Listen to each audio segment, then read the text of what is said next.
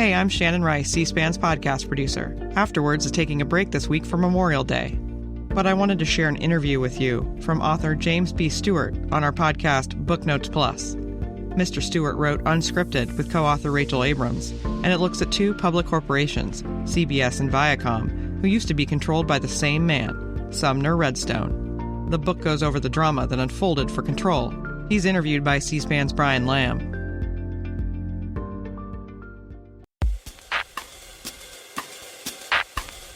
Two public corporations, CBS and Viacom, used to be controlled by the same man, Sumner Redstone. This is the subject of a book called Unscripted. Our guest is reporter James B. Stewart of the New York Times. With his co-writer Rachel Abrams, they start in the preface of the book this way. The drama that unfolded may have occurred at Viacom and CBS, but the recent drumbeat of greed, backstabbing, plotting, and betrayal at the upper level of American business and society has hardly been confined to one or two companies or one wealthy family and its hangers-on. Viacom and CBS merged in late 2019. The new company is called Paramount Global.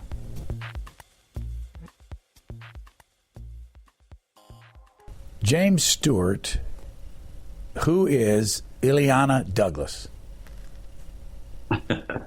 Well, Illeana Douglas is an actress, and she may now go down in history for having blown the whistle on an incident of sexual harassment that she suffered at the hands of the then extremely powerful head of CBS, Les Moonves.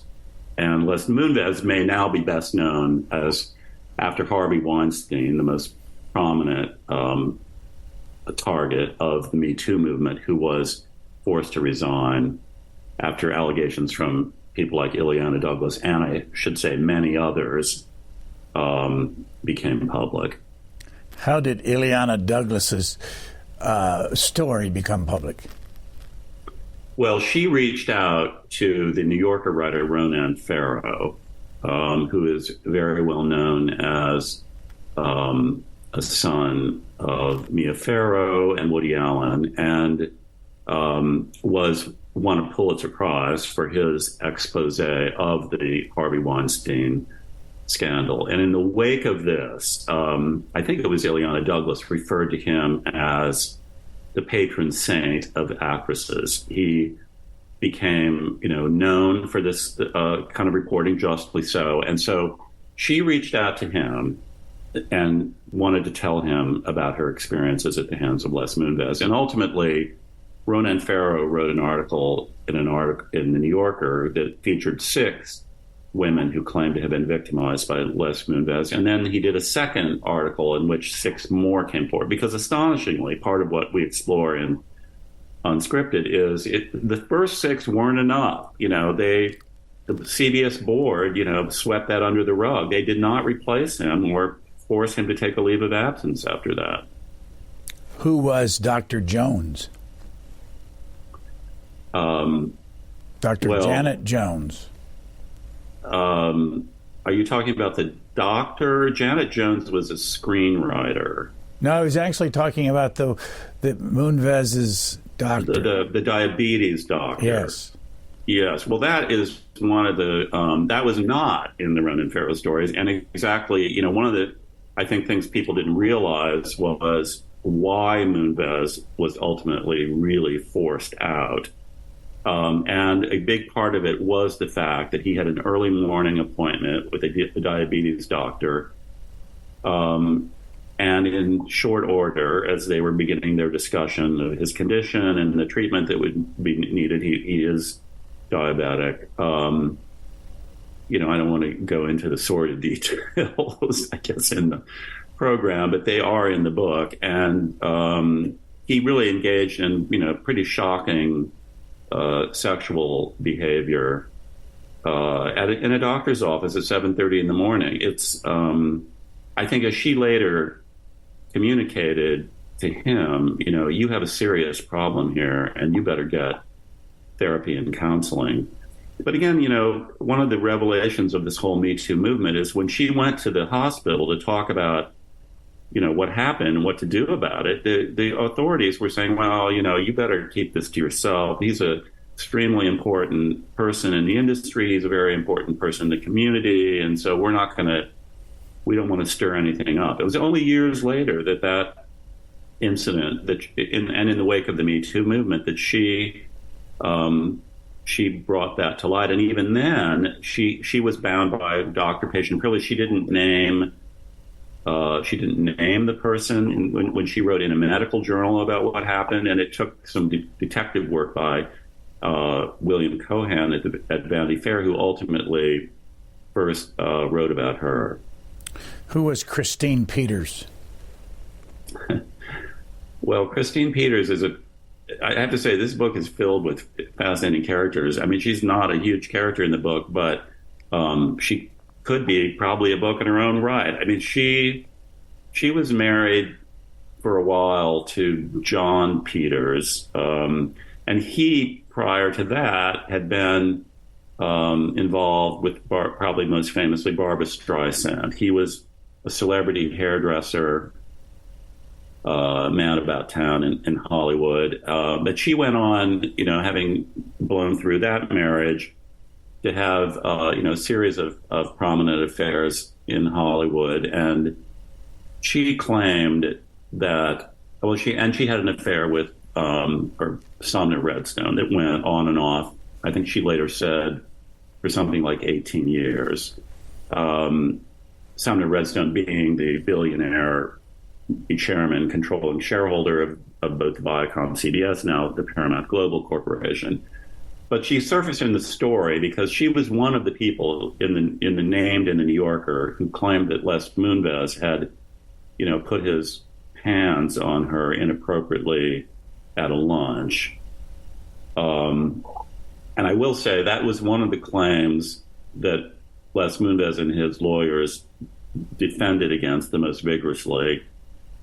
And I have to say, I have no idea, wasn't there. I don't know exactly what happened. But their argument was, why would he put his hands on Sumner Redstone's mistress's leg at lunch when Sumner Redstone was his boss? You don't, even if you want to, you do not,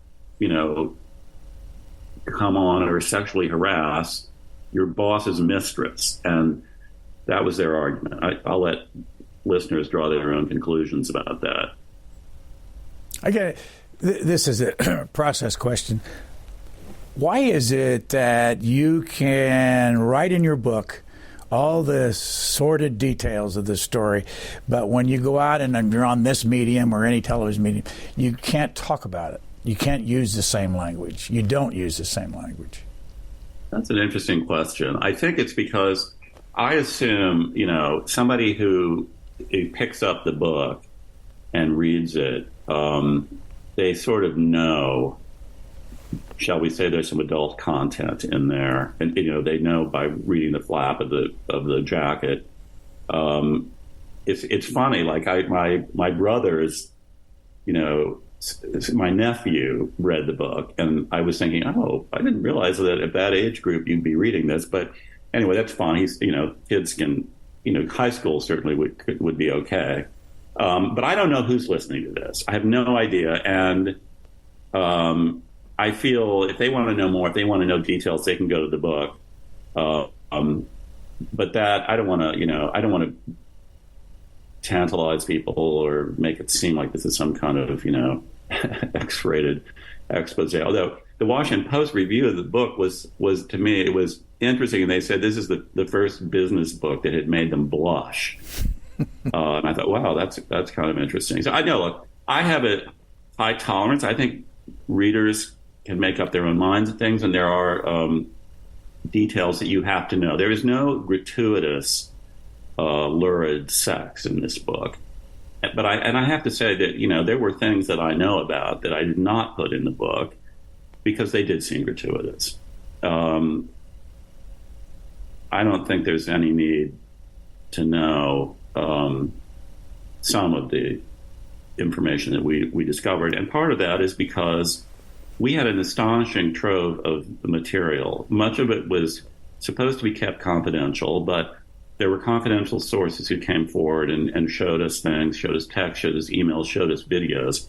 And one of the interesting things is that Sumner Redstone's mansion in Beverly Hills had cameras everywhere.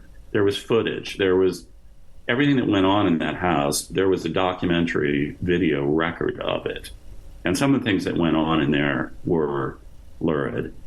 The book has been compared to Succession, and it was revealed in Succession in one episode that there were cameras in the main character's apartment. And somebody said, "Oh, is that really plausible?" "I don't believe that. That's not plausible." I said, "Oh, yes, it is." I said, that's taken right from the reality of what was going on at Sumner Redstone. So, people who have seen some of these videos have said they wish they had. It was nothing they ever really wanted to see. So I try to put in enough in the book so people understand people's motives. And let's face it, something that the Me Too movement has made clear is that the boundary between personal lives and professional lives, between personal social life and business life is porous.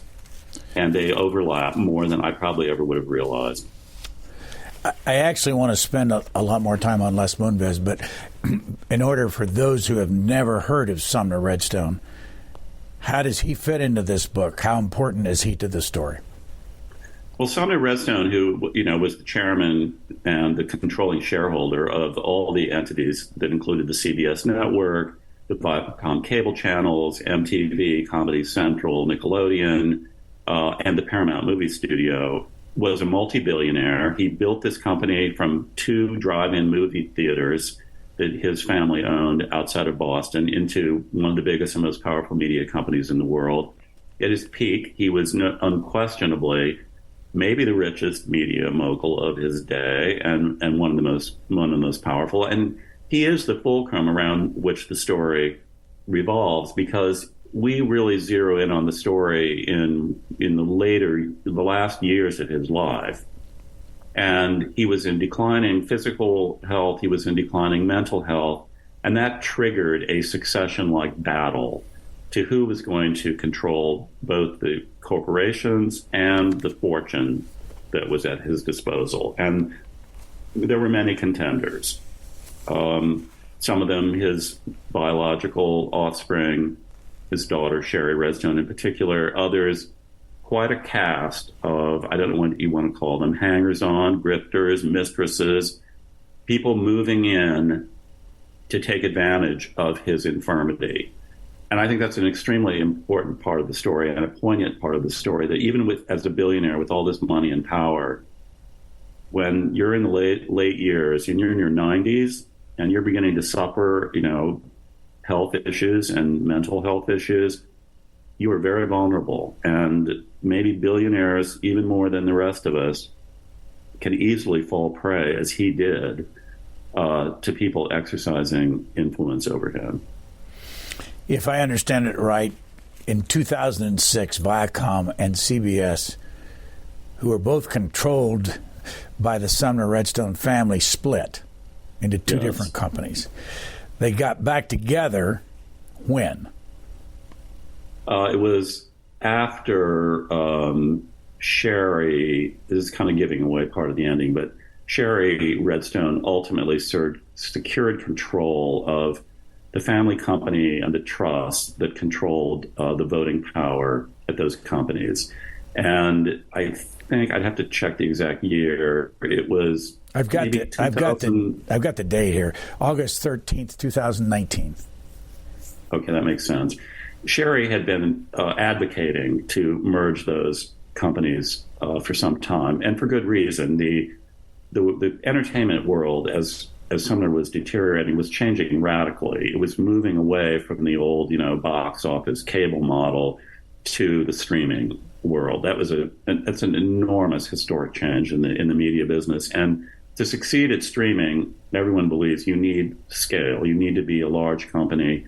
So it made sense for them to be put back together. But she was being opposed in that by the respective chief executives who didn't want to give up any of their power. And so it was only after she gained control of the companies that she then succeeded in merging them. And, the argument could be made that they should have merged much sooner. They lost a number of years to this civil war going on inside the empire, while the rest of the Netflixes of the world, the Amazons, the Disneys were, moving ahead with multi-billion-dollar investments. Go back to Les Moonves. Tell us what you know about him as a person. Well, I think one thing that makes the Les Moonves story so interesting, and to me much more than Harvey Weinstein, is that he was a legendary programmer in the television world. He was an extremely successful chief executive running CBS. He took CBS from the number 4 network to being the number 1 rated network for 10 years and running. It was really unprecedented that CBS, the way CBS under his leadership dominated that programming world. And, he was a former actor himself. He was very handsome, charming. I mean, often the first word that would come to anyone's lips to ask about Les Moonves is how charming he was. And I dealt with him a number of times when he was the chief executive, and also found him very warm, very engaging, very candid, willing to discuss things in a frank way. So he was, unlike Harvey Weinstein, who almost everybody, loathed, even though he was successful and powerful. Les Moonves was much loved in the entertainment community. And by the way, even today, he has many friends and supporters, and many people have said to me, "Look, he made my career, and I'm not going to turn against him. I don't really know what happened with all these women." And then this hidden dark side began to surface, and it was his efforts, you see in our story, his strenuous efforts to conceal this, to cover it up, to bury it, is what really ended up getting him into very serious trouble. November 28, 2018, in the New York Times, an article, "If Bobby Talks, I'm Finished." What was that about? What led you to write that story? Well, I co-wrote that story with Rachel and another New York Times reporter, because at that point, Les Moonves had fairly recently been forced out. The second New Yorker story appeared. Even though he had survived the first one, months went by. The second one came out, and the CBS board at that point, which, by the way, is one of the shocking things in the book, are the remarks, the texts, the emails that these board members made that are just shockingly sexist and reveal incredible insensitivity to the views of these women. But nevertheless, they were on the brink of getting rid of him when the second story appeared, and they rushed out the announcement and they got rid of him. So it looked to the outside world that the two New Yorker stories had forced Les Moonves out of office. But sources of mine had been kind of saying to me, that's not the real story. It wasn't really the New Yorker articles. It was this cover-up effort, and the fact that he was being, extorted, blackmailed, whatever word, I don't know, is exactly appropriate, by the manager of this actress, Bobby Phillips. And so the whole headline, "If Bobby Talks," Bobby Phillips, who was on the record and spoke to me for this article and for the book, described a harrowing sexual assault in Les Moonves' office when she was a young, very beautiful, up-and-coming actress, and he invited her in, and there was a pretty horrifying encounter, and she fled. And she had never talked about this, but some people knew, including her manager. And once the Me Too movement got moving, her manager, who'd sort of fallen on hard times himself, realized that he had tremendous leverage with Les Moonves because he knew something really bad had happened with Bobby Phillips. What was his name? And that set up this triangle where this guy, Marv Dower, is constantly calling Les Moonves saying, I don't know, better find her a job, better get her apart, or she might talk. And so there's this constant, all these texts, which I got copies of. They go back and forth phone calls. And the Moonves, again, here, so many times the cover-up was worse than the crime. He succumbed to this, and he embarked on efforts to get a role, and Bobby Phillips eventually was offered a part, not one that she was attracted to, and she ended up rejecting it and was furious about it. But that became a pivotal issue at CBS because this was happening in real time. This wasn't something that happened 20 years ago.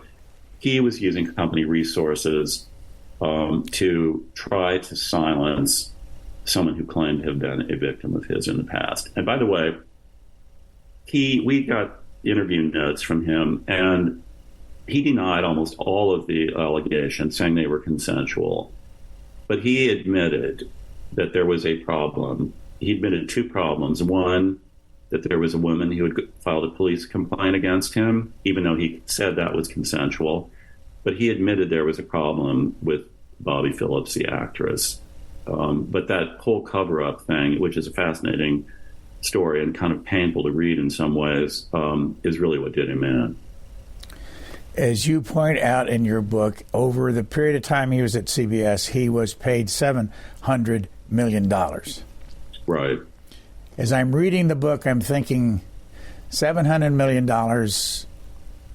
in a network called CBS that owns 28 local television stations, that has to live under the 1934 Communications Act, which says broadcasters are supposed to operate in the public interest. And then I read that Martha Minow, dean of the Harvard Law School, where you went to school, you went to Harvard, was on the board. And then I think about her father, Newton Minow, who said that television's a vast wasteland. I'm rambling on about this because I'm thinking to myself, how does an individual operate inside what is basically a public company with a company that is somewhat governed, supposedly, by the United States government? They got free licenses, CBS did, when Bill Paley was there. Help me out on all this. Why is this happening, and your perspective on it? Well, a big chunk of this book, I think, explores the failure of corporate governance at CBS while all of this was going on, and then the aftermath. And you want to talk a minute about Martha Minow, who, of course, is a significant legal figure in her own right, the former dean of the Harvard Law School, a very revered professor, the daughter of a very famous person in this field. When she was asked to go on the board not that long ago by Sherry Redstone. She was brought in by Sherry Redstone both as a woman and someone eminently respectable who would be a counterweight to her father's cronies, who really had a majority on the board.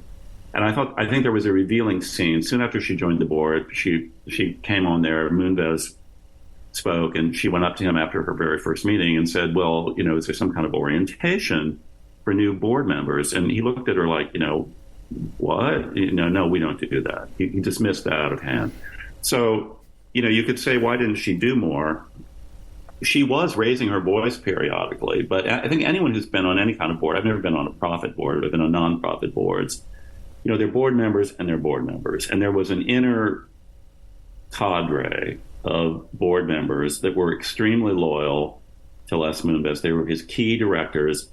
And you see, they're like an executive committee. They have all the real power. They have the knowledge. And the women on the board, there were three. There was Sherry, Martha Minow, and another woman director, who, by the way, is the only survivor still on the Paramount Global board today. And they were marginalized. They were cut out of information, cut out of, the behind the scenes. The actual board members, the meetings were like kabuki theater. It was all orchestrated and prearranged, and everything was done sort of behind the scenes. And so the reality of how that governance worked and the way it purported to work were drastically different.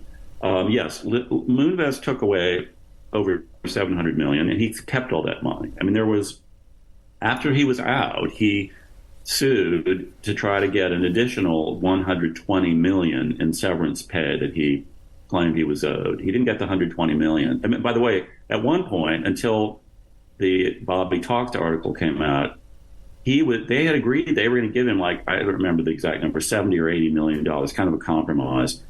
But that blew up because the people were so outraged when they read more about what he had done that in the court of public opinion, they couldn't get away with it. But he then sued for the $120 million.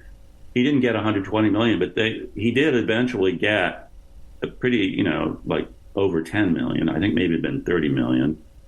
And so he took all that money. Now, the regulators, I'm not an expert on that, but, I think the board could go now to the regulators and say, look, we did, something about it. Too little and too late, you could argue. But, maybe they will take it. Maybe they should look more closely at issues of moral character for people who are running these companies that to some degree are supposed to be acting in the public interest. As a reporter, I know that you won't reveal your sources, but is there any part of your ability to get the emails and the texts that you could share with us as how does something like that happen? And where did they come from originally? How did somebody else get their hands on them? Well, we had, as it turned out, we had two different streams, two sources. One was a confidential source who came forward and, as we describe in the book, independently reached out to the New York Times so-called tip jar, where anybody can write in and people monitor that, thank goodness. And she said she had information, and they then handed her this source over to my colleague Rachel Abrams, who'd been writing about Me Too issues. Separately, I had a source who was also giving me copies of emails and texts related to the Moonves Bobby Phillips manager situation. Now, I'm optimistic that we're going to be able to talk more about this in the not too distant future.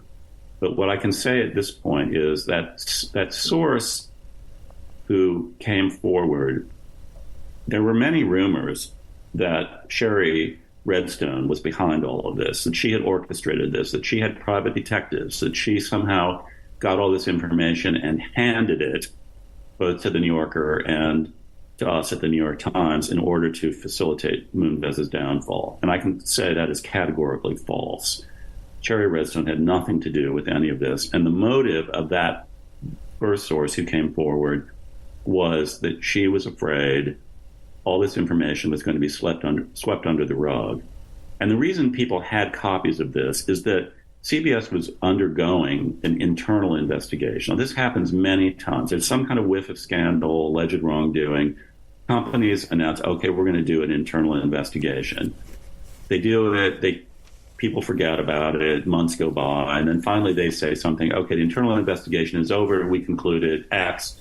And that's the last you ever hear about it. And I think this source was very concerned. This was outrageous behavior on the part of Moonves, and it was, that would be swept under the rug, that CBS had no motive to ever really let this be known to the public, and therefore felt it was in the public interest to reveal this. Sometimes, again, lawsuits generate, or potential lawsuits generate, a great deal of information being shared with different sources.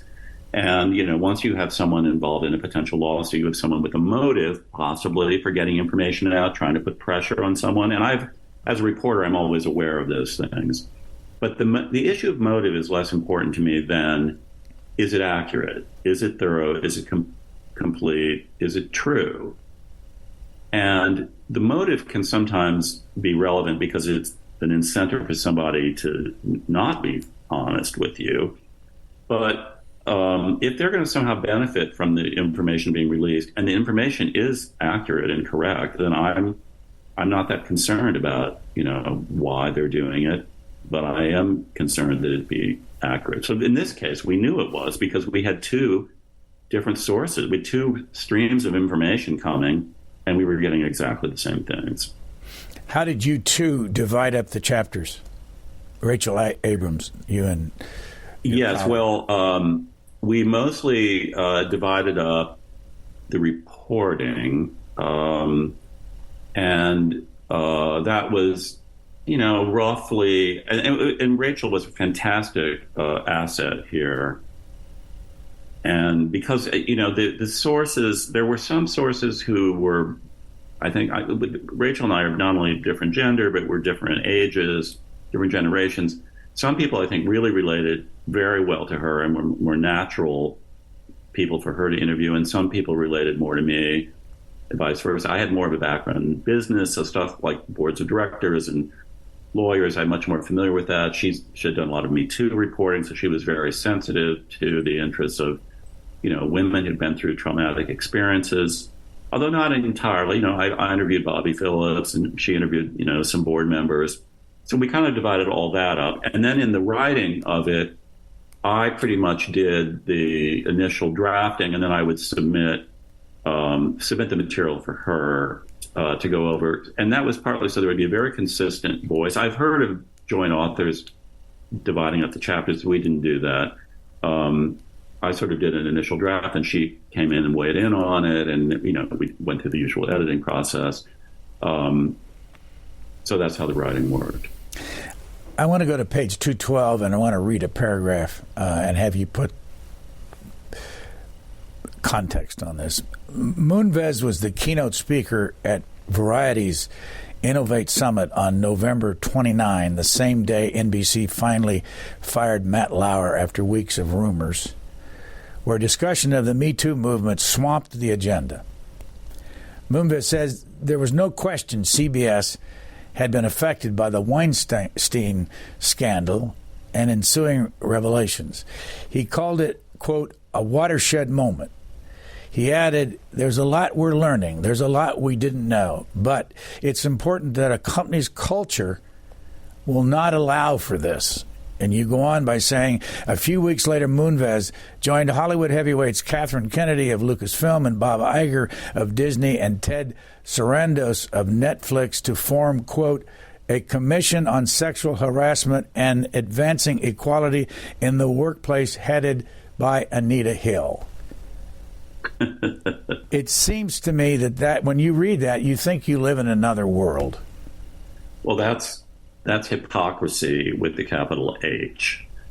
I guess it's the big lie. I mean, given that what he knew, I'll just give you one example. We reveal in the book that there was a woman on the CBS payroll who was in the so-called office of the chief executive, sat outside of Moonves's office at BlackRock in New York, and her job was to administer oral sex to him. He's usually at the end of the day. Okay, it's better if it's the end of the day. It's like not interfering with the work day or whatever. I mean, that's just astonishing. That is so outrageous. Talk about culture, and culture starting at the top. And by the way, above Moonves was Sumner Redstone himself, whose approach and attitude and dealings with women are utterly appalling. So, he said culture that won't tolerate this. I mean, the culture starts with the top of the company, and it could not have been worse. It was astonishingly horrible. And so he's joining this commission. I mean, you later see he did have to step down, but this is just so typical, of this industry where they get accused of something. They say, okay, we're going to do a commission, and then they rope in these eminent names. And has anyone ever heard anything from that commission since? No. Put the context on Charlie Rose, Jeff Fager. Charlie Rose, everybody knows the name. He had his own show every night, and he was also with CBS in the morning and then CBS on 60 Minutes. Jeff Fager ran 60 Minutes as the executive director. Both of them were fired. And then you have the Weinstein, and then you have Les Moonves. What in the world is going on in New York City?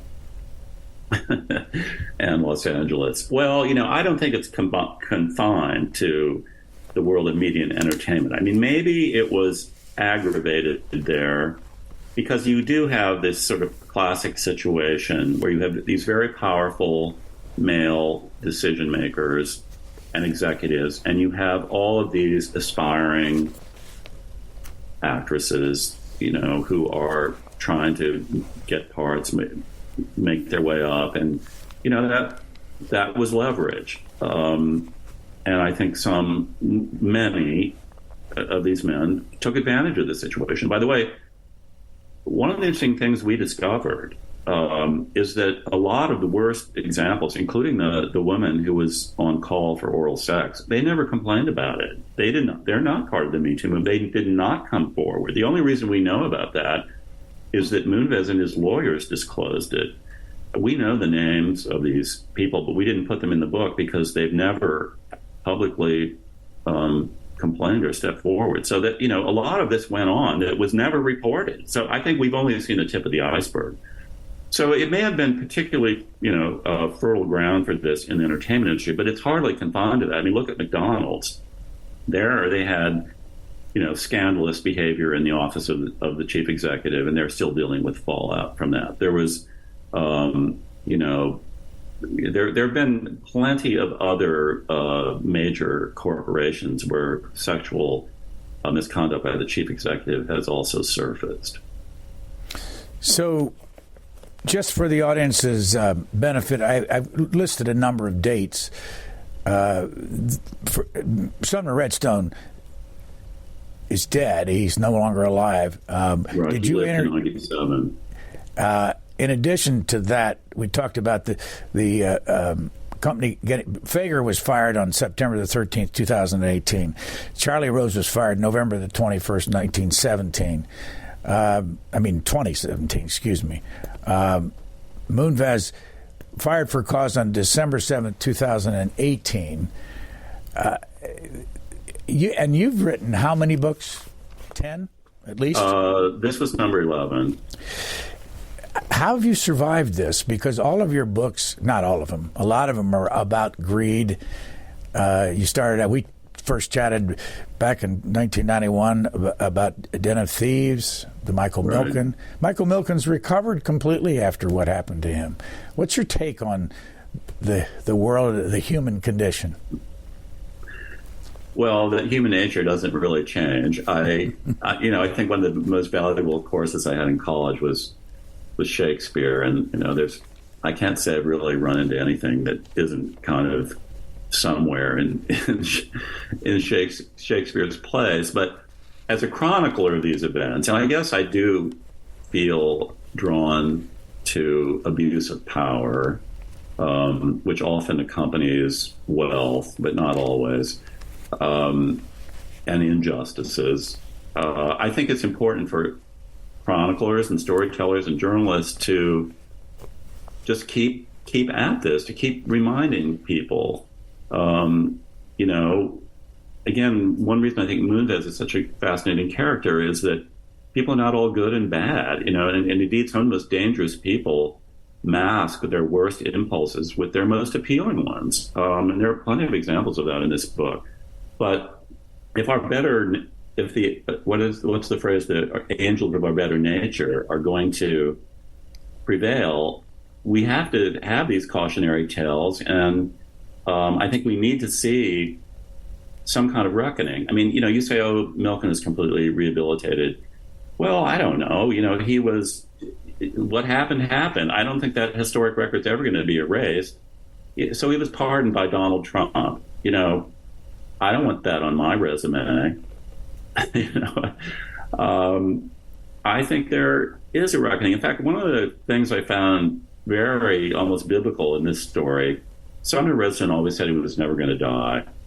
And of course, he didn't really believe that. But he told people that the one reason he didn't want to die is he feared the final reckoning. He said, I'm going to hell anyway, so I might as well do what I want now. And he said he confided in one of his mistresses that he knew the reckoning was going to be harsh, and he thought, he would, if there's any punishment to be meted out, he was going to get it. But in fact, his reckoning came long before he died. His hell was the final years of his life. He's crying, he's vulnerable, he's cut off from his family, he's isolated, he's in terrible health. It's a sorry ending, but this justice was kind of, meted out, not in the way he expected, but it happened. So, in terms of my work, I just feel, let readers decide, but there is a historic record here. This is true, this is accurate, it's documented.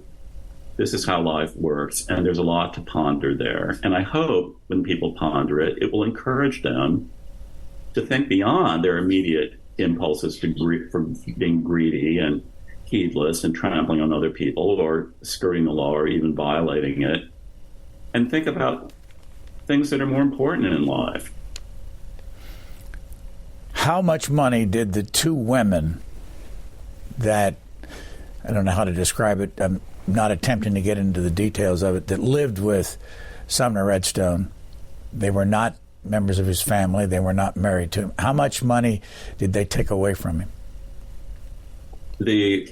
The Redstone family filed a lawsuit at one point to try to claw back a lot of the money that they've gotten from Sumner. These are two women who moved into the mansion with him. One was his so-called fiancée. She had a 9-carat diamond, but they never got married. And the other was a former girlfriend. Was she still a girlfriend? That's a little bit murky. Anyway, they moved in the mansion with him. And in the lawsuit, the Redstone family alleged and documented that they had made off with over $150 million together. And there is a scene in the book, one of the more interesting ones, where in one afternoon, they got him to wire them $90 million. They cut off all of his other communications, and they got him to do it. The banker went along with it, concealed it from his estate lawyer. So they're now, swanning around Southern California on eminent boards. No mention anymore of Sumner Redstone, but they are now self-styled philanthropists doling out some of this fortune. But did it pay off for them? Yeah, they're rich by any conceivable stretch of the imagination. And again, I think something interesting in the book that people didn't realize, they came close to being a lot richer. They were very close to getting him to hand over control of the whole business empire, in which case they would have been the ones running CBS and Paramount and showing up at the Sun Valley Mogul Conference. So delve in a little bit of the board activity around Moonvez's problem. Who on his board were the most loyal to him, and who, if any, wanted to get rid of him? Well, right from the beginning, when these things surfaced, Sherry Redstone, who was on the board, heard rumors, passed them on to Martha Minow. They brought it to the committee, and then the rest of the board took up this issue. They did a so-called investigation that was an absolute farce. Again, readers can judge for themselves, but it was a joke. It covered it up. It swept it under the rug, said, we have nothing to worry about. It's very striking to me that whatever Sherry Redstone said, they didn't believe. The male CBS directors, they dismissed it out of hand. Whatever Les Moonves said, they did believe, even though there was mounting evidence to the contrary. And there was a cadre of loyalist directors that really were the power on the board. Arnold Copleston. What were their names? Go ahead. Well, there was Arnold Copleston was one. There was William Cohen, as the former Secretary of Defense. There was, I'm blanking on his name. There was one. Was Bruce Gordon on the board? Yes, Bruce Gordon was the lead independent director, former head of the NAACP. He was on the board, very loyal to Moonves. And then there was another one who I think was a former Verizon executive as well. There was another executive that had a run-in with Sherry. His name is escaping me at the moment. There was a famous scene where he grabbed her by the chin and referred to her and lectured her and referred to her as young lady, and she was infuriated by that. And she later complained and said, that's outrageous the way you were treating me. And he said, well, I don't know why you're so upset. I didn't treat you any differently than I treat my own daughter. She said, I'm not your daughter. I'm the vice chairman of this company. And by the way, I and my father, we're the controlling shareholders. And he was fiercely loyal to Moonves and was very hostile to Sherry as well. Is he on the merged board still? No, none of these people are now on the merged board. But there was a small committee that took over the investigation of the Moonves allegations, and that consisted of Bruce Gordon, There were 3 on that committee, all very loyal to Moonves, and it's astonishing that they just accepted this flimsy investigation and the conclusion. And Sherry Redstone was very skeptical. Martha Minow too expressed some skepticism, but it was kind of ramrodded through. Let me interrupt just to say that how much did it matter that these board members were making anywhere from $250,000 to $400,000 a year by being on these boards? Well, these are cushy jobs. Not only do they make that kind of money, they get stock options, and they get invited, to the premieres. They get to hang out with celebrities. They get, a fancy dinner once or twice a year. I mean, most of their meetings were by phone, but then once a year they'd have a big fancy dinner in Los Angeles or New York. So there were a lot of perks that came with it. But I think, it gave them a sense. These are powerful jobs, and with influence over what Americans consumed as culture and entertainment. It gave them a lot of stature. So, there was very little turnover on that board. I think when Martha Minow joined the board, she was the first new member, and I think it was 10 years. And it was some very long period of time, which is, Disney, for example, has now put in term limits for their directors. But, these people were in there for life terms. And Arnold Copelson, we got the emails and texts from the board, and some of them are just astonishing. Like Arnold Copelson, who won an Academy Award for Platoon, he wrote an email to his board members after the first New Yorker story with 6 women in it. And he said, "I don't care if 100 women come forward. Les Moonves is our leader, and we're standing behind him." That was the attitude, and it really took an incredible, ultimately even, Arnold Copelson. I think he was resisting till the very end, but he was probably the last holdout. They simply could not ignore the egregious behavior that was eventually proven, that Moonves himself admitted in the internal investigation. What is the public corporation's responsibility to the public and the law? Well, certainly they are required to adhere to the law, and that would be a minimum. There are obligations to the public. There are ongoing debates about that. I mean, does a board have an obligation to the public that goes beyond maximizing returns for their shareholders? That's an ongoing debate, but I think at this point, most boards of directors would concede that they cannot just blindly look at what's in the economic interest of shareholders. And by the way, I think that's kind of a false dichotomy, because first of all, obeying the law, making sure the company complies with its legal obligations, and that the company recognizes broader obligations to culture and society, is good for shareholders. That is a profit-making strategy in the long run.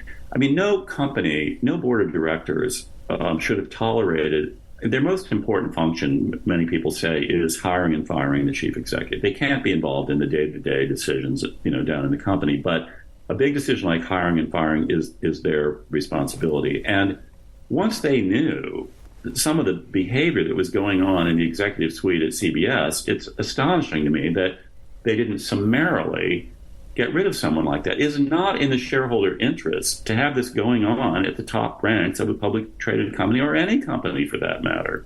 Why didn't those discussions do go on? Why didn't Les Moonves retire? Well, that's a very good question. I raised that question in the book, and Les Moonves has not spoken about this, so it's hard to know, because he was about to turn 70. He had an eminent record. If he had left and was no longer in power there, I don't know that much of this would have gained traction. Would the New Yorker have been interested in a story about somebody who was retired and had left? Arguably, they would have been less interested in someone who was still at the peak of his powers. But I think there were several things going on. Number one was denial. I mean, not only did he not retire, he launched this lawsuit to strip the Redstone family, and Sherry in particular, of their voting control. A kind of kamikaze mission. that he should have known, and indeed you can see from his texts and emails that he did know, was threatened to expose his very dark past. But he went ahead with that. I can only conclude, and I've seen this behavior going all the way back to Den of Thieves and many other books. Some people do some very bad things, and with the benefit of hindsight, you think, why did you do that? And the simple answer is they thought they would get away with it, that they would not get caught. And even though with hindsight it seems astonishing, for many of these people, look at Moonves' behavior. He'd been assaulting these women for decades, and he always gotten away with it. And I guess he thought, when suddenly he didn't get away with it, that must have come as a shock.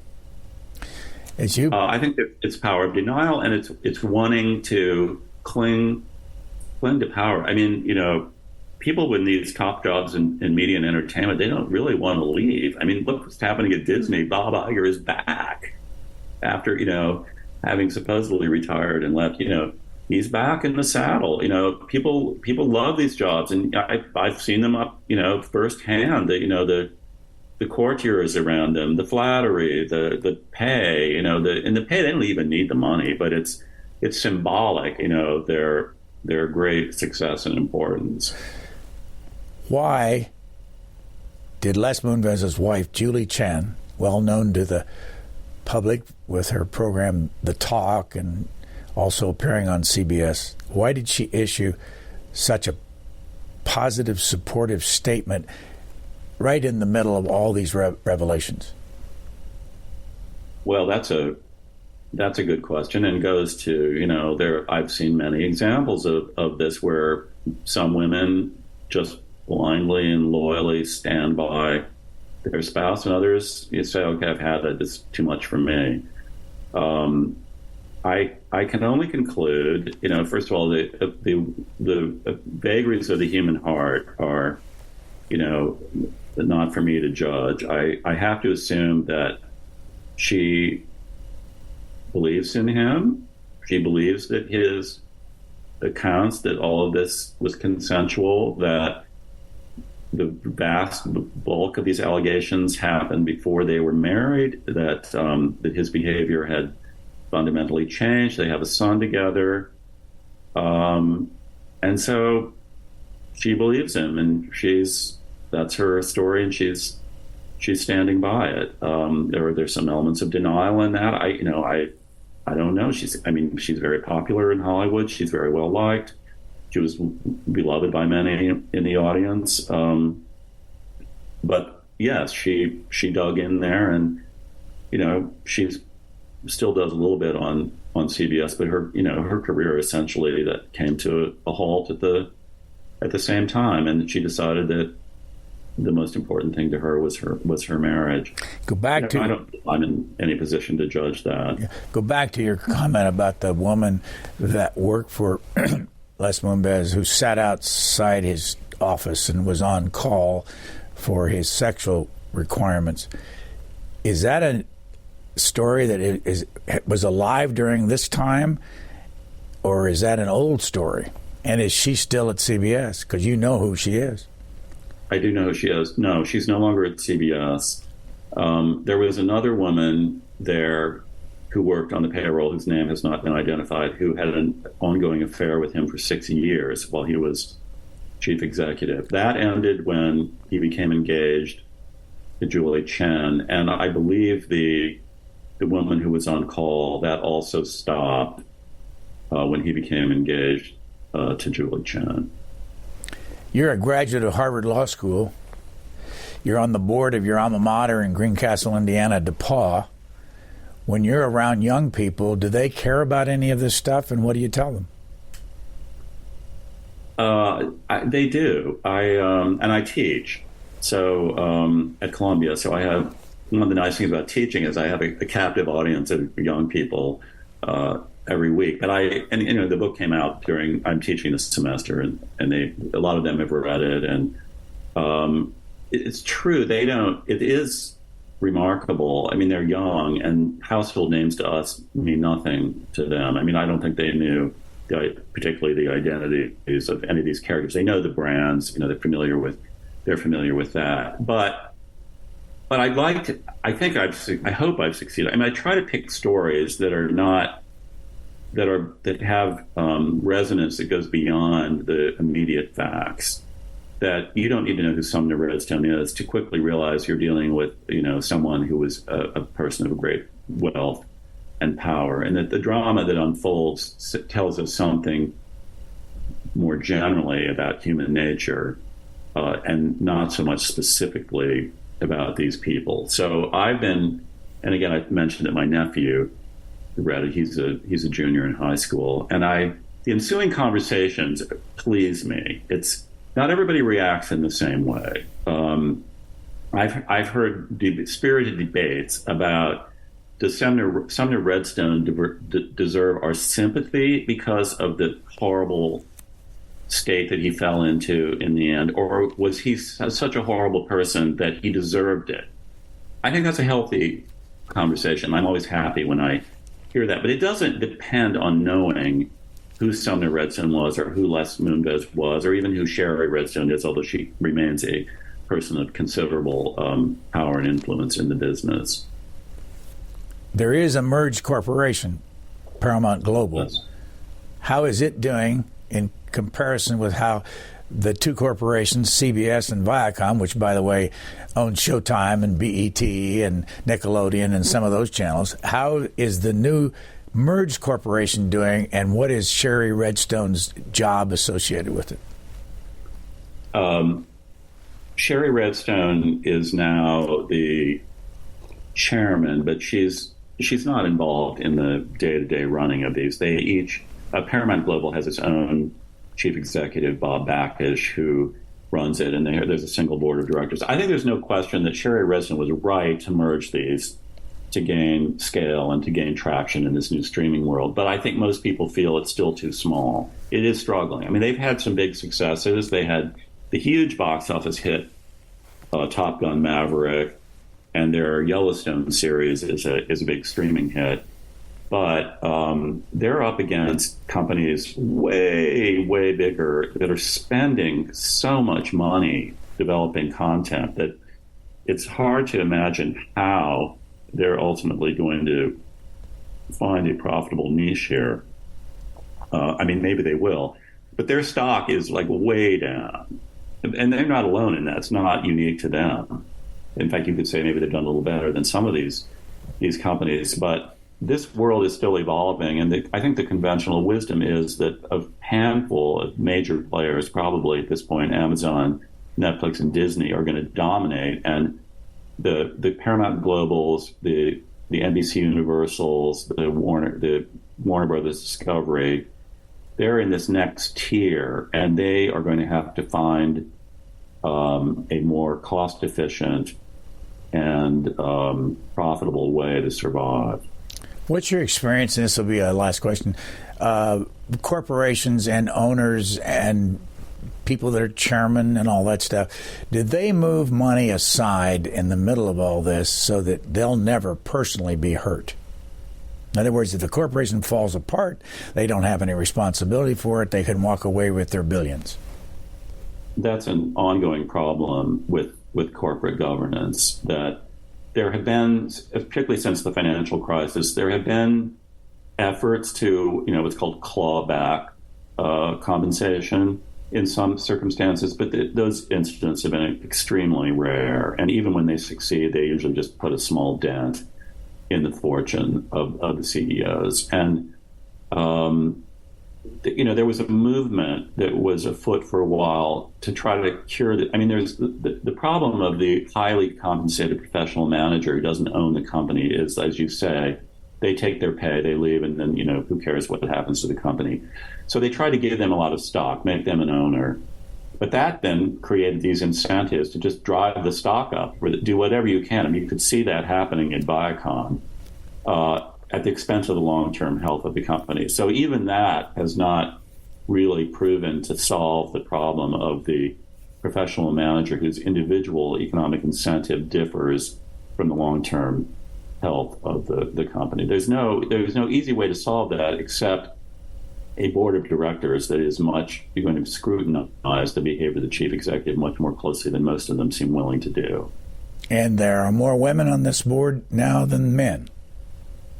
Yes, the Sherry Redstone, I think, has made a conscious effort to both diversify the makeup of the board, and which historically American corporations is heavily male, and particularly white male. And she's also diversifying the management ranks, I think, at Paramount Global. CBS News had a woman head. I think now still has a woman co-head. But there's a long way to go. I mean, I've looked at the data.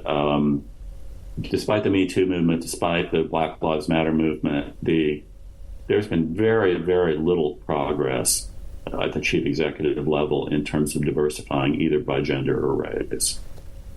The details on what we've been talking about are in the book Unscripted, the epic battle for a media empire and the Redstone family legacy. James B. Stewart, thank you so much for joining us. Well, thank you. It's always a pleasure. You've been listening to an episode of our podcast Booknotes Plus with host Brian Lamb. Find it wherever you listen to podcasts and subscribe. It's full of interesting interviews with authors, journalists, and historians. Afterwards, we'll be back with fresh episodes next week.